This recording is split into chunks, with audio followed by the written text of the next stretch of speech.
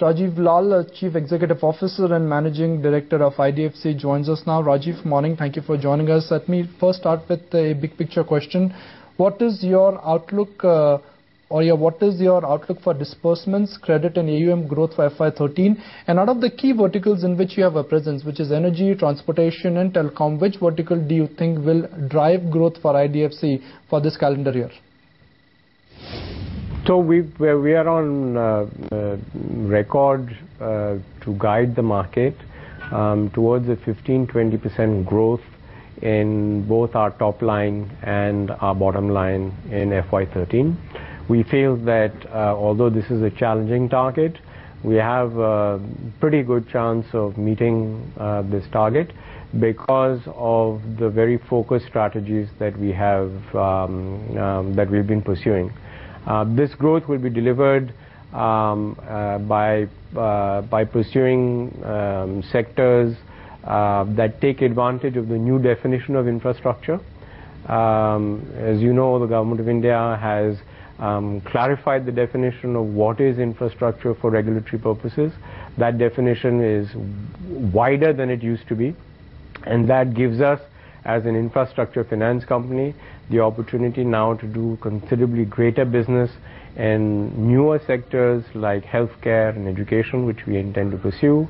We also see promising prospects in the area of transmission and pipelines, and we are looking also within the regulatory space given to us, pursue activities that go beyond the narrow, strict definition of infrastructure to include equipment suppliers and other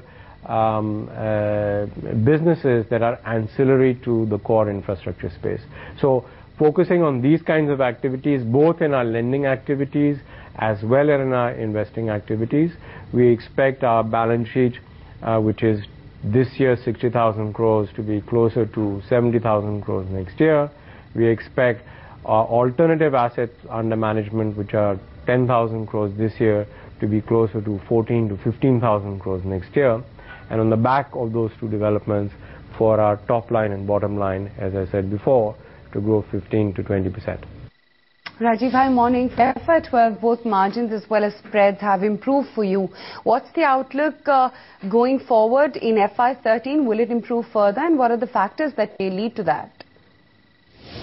One of the things that allowed us to maintain and improve even our margins in 2012, in the fiscal year ending March 2012, despite a rising interest rate environment, was access to bond financing.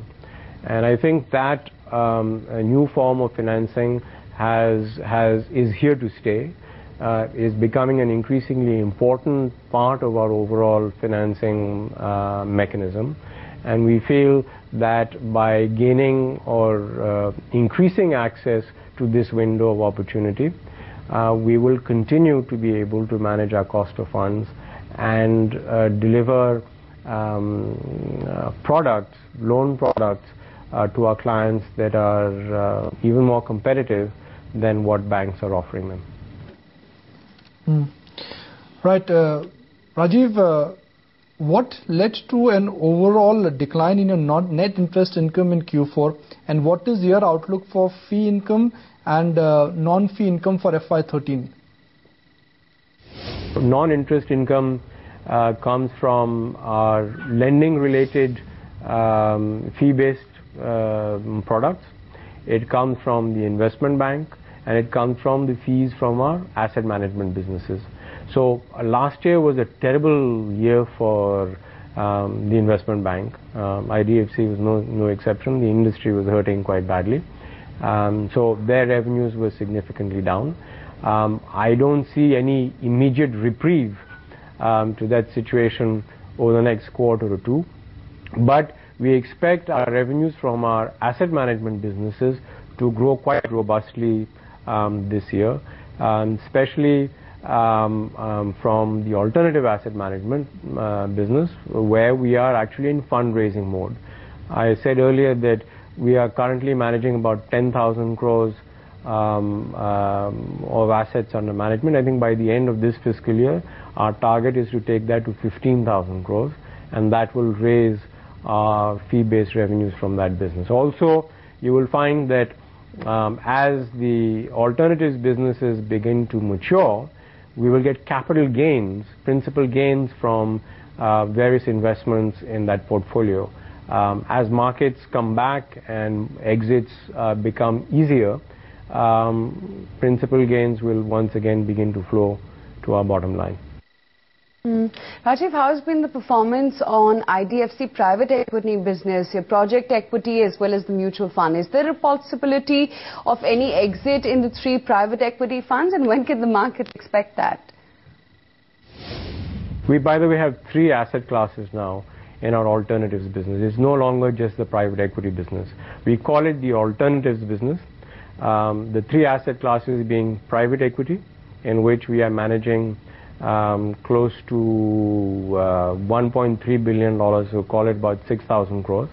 We have infrastructure equity, where we are managing about 4,000 odd crores. And now this year we are introducing a 3rd asset class, and that is FDI compliant real estate.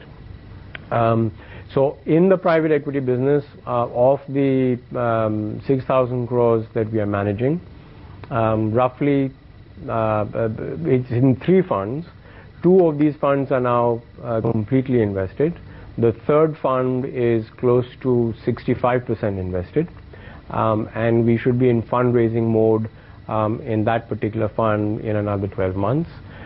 We have delivered, if I remember correctly, something like 22 exits or liquidity events is probably the better characterization. There have been exits, but there have been listings of our companies that we've invested in, which give us now an exit opportunity. So we have created 22 liquidity events in our private equity business over the last 24 months, and we expect that over the next 12 to 18 months, like we've done for Fund 1, where the entire capital has been returned, we will be close to doing that also in Fund 2.